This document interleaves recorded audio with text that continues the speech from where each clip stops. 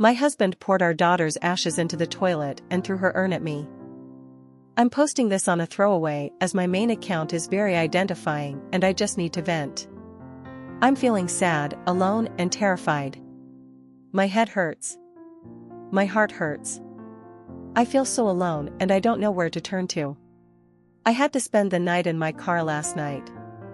I couldn't sleep through crying, trying to stay warm enough and thinking that somebody was going to suddenly appear at the windows. I've been trying to find a place to park up so I can try to sleep today, and I found a place but I can't rest. I feel so empty and scared. I don't want to go into much detail here, but our daughter passed away very suddenly last year. My husband and I both got help and have tried to work through it together, but his drinking has been getting more and more out of control. It got to a point where he started to try to hide it, but it was making his behavior worse.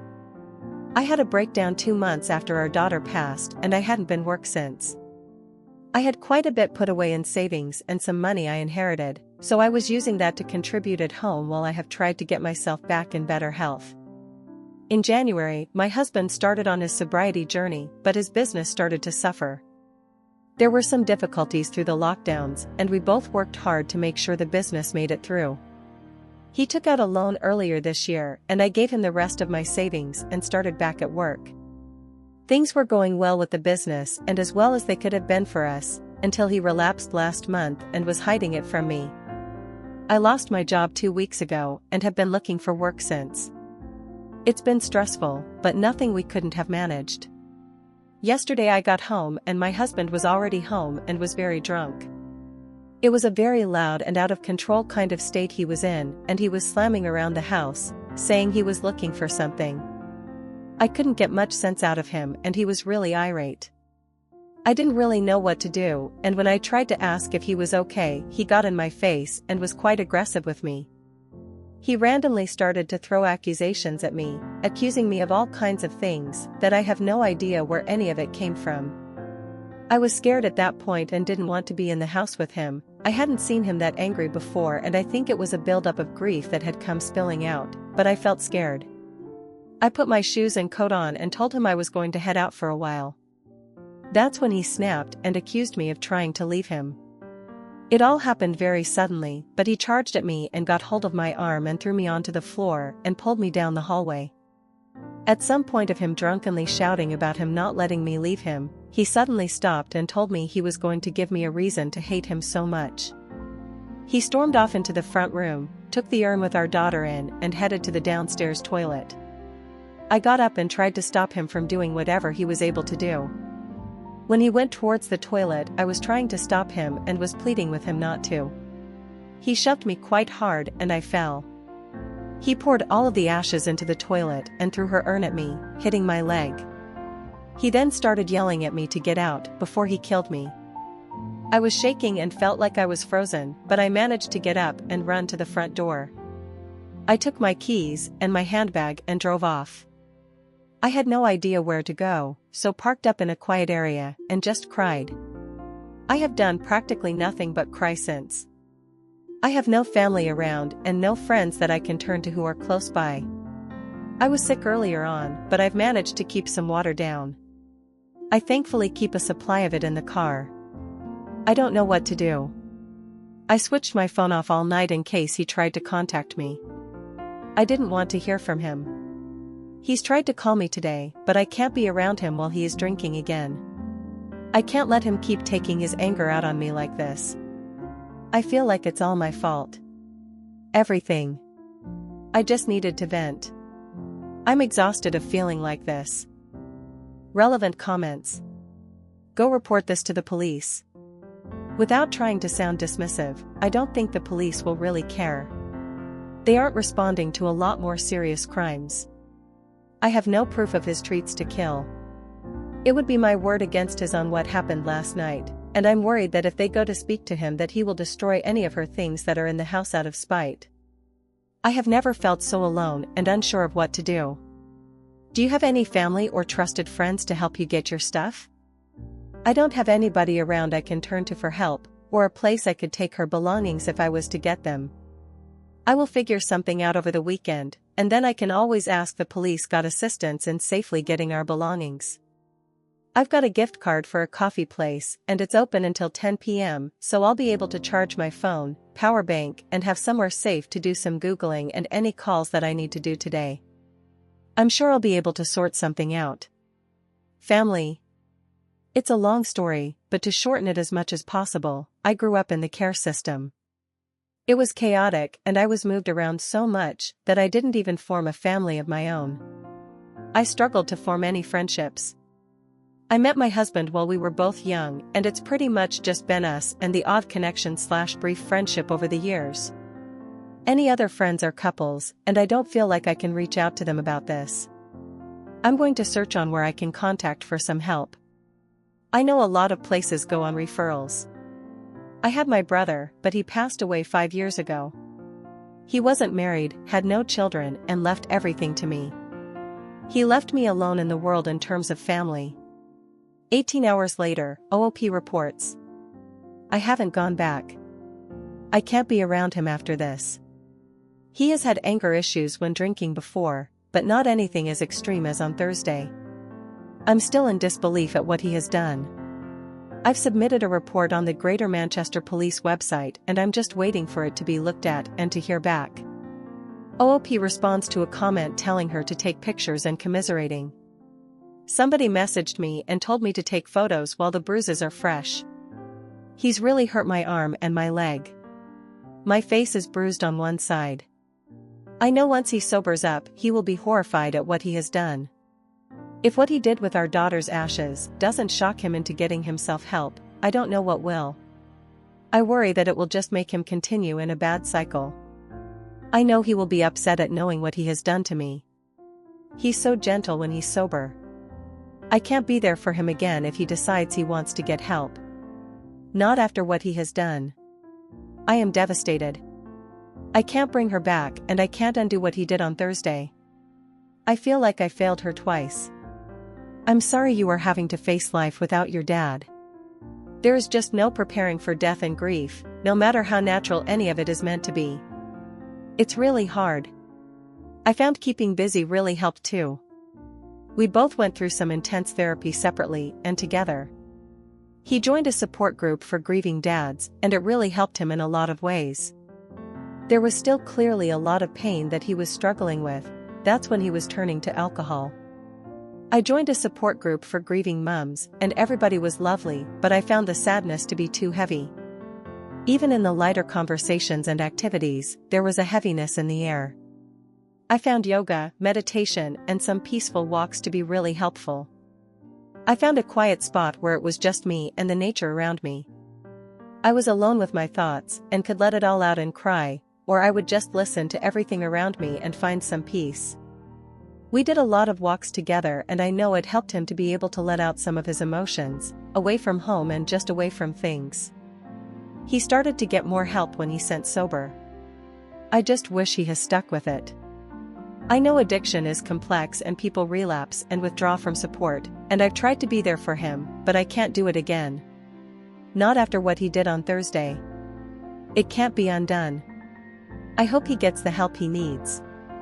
I know I'm hoping to have to start seeing somebody again. I don't even know for to process what has happened. Update. I'm not sure if I'm breaking any rules by posting an update. Thank you to everybody who reached out to me and commented on my original post. I didn't mean to leave any of you worrying. I deleted everything not long after taking an overdose. I had planned on trying again as soon as I got out of hospital. I'm still here though, and I was feeling extremely overwhelmed. I wanted to let you all know that I'm safe and I didn't go back. I can't get into everything that has gone on with my husband, as the police have been involved, and some of it is ongoing. I can say that he was playing games and acted calm and collected with them at first, trying to make out that he hadn't done anything wrong and that it was me with the problem. He told them that I was welcome home at any time. A couple of things happened, and after I received some very threatening voice messages and texts from him, he reported my phone as stolen and had me cut off. He was trying to make me go home and have nowhere else to turn to. After some intervention and run-ins with the police, he offered to leave the house for a couple of days a few weeks ago.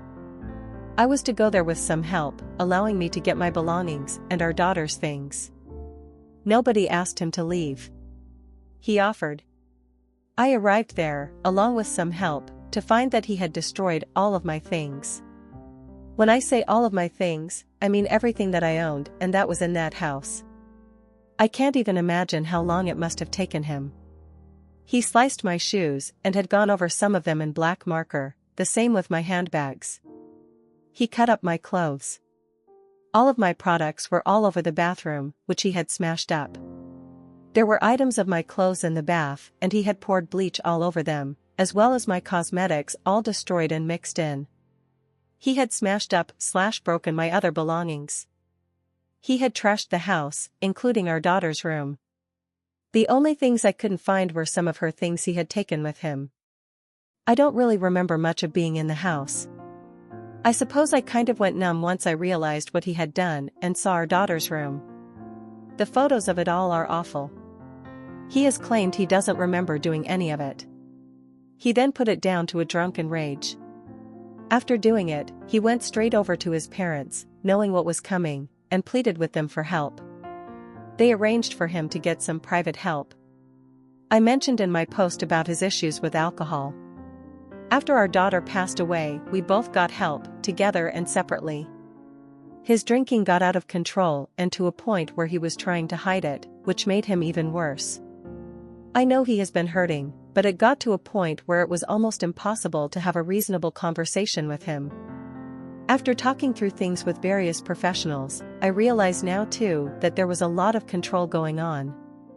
Financial and emotional, and no matter how much he was hurting, I know it doesn't excuse his behavior.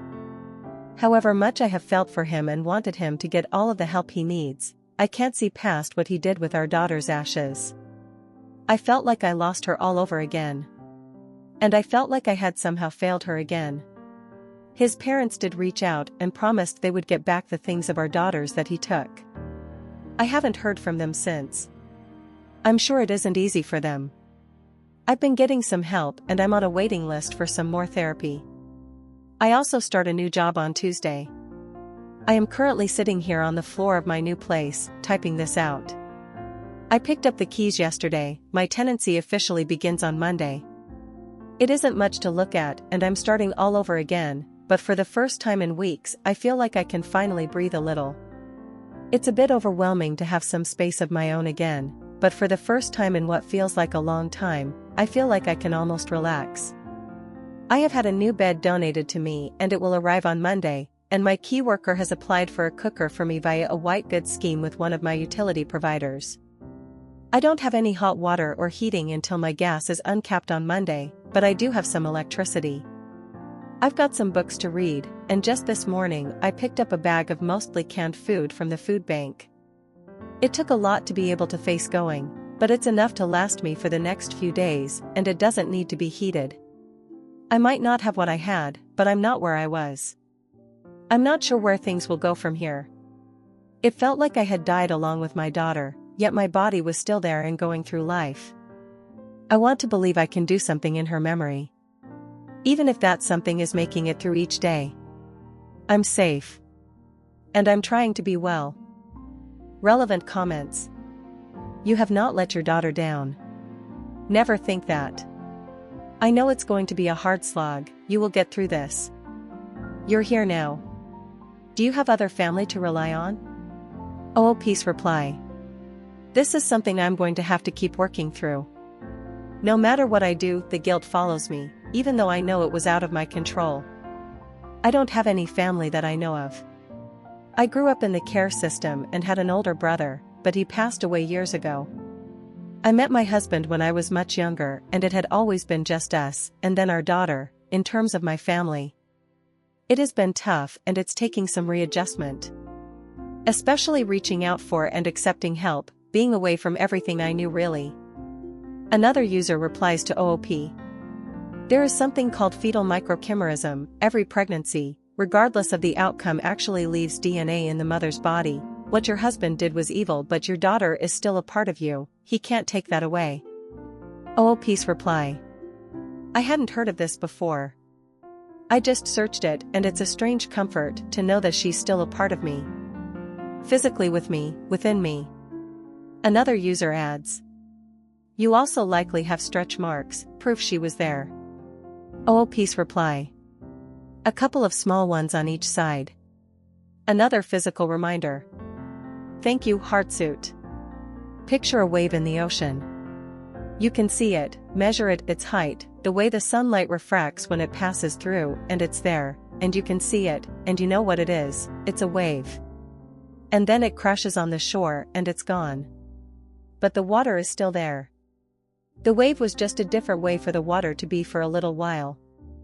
That's one conception of death for a Buddhist. The wave returns to the ocean, where it came from, where it's supposed to be. OOP's reply. Thank you for sharing this.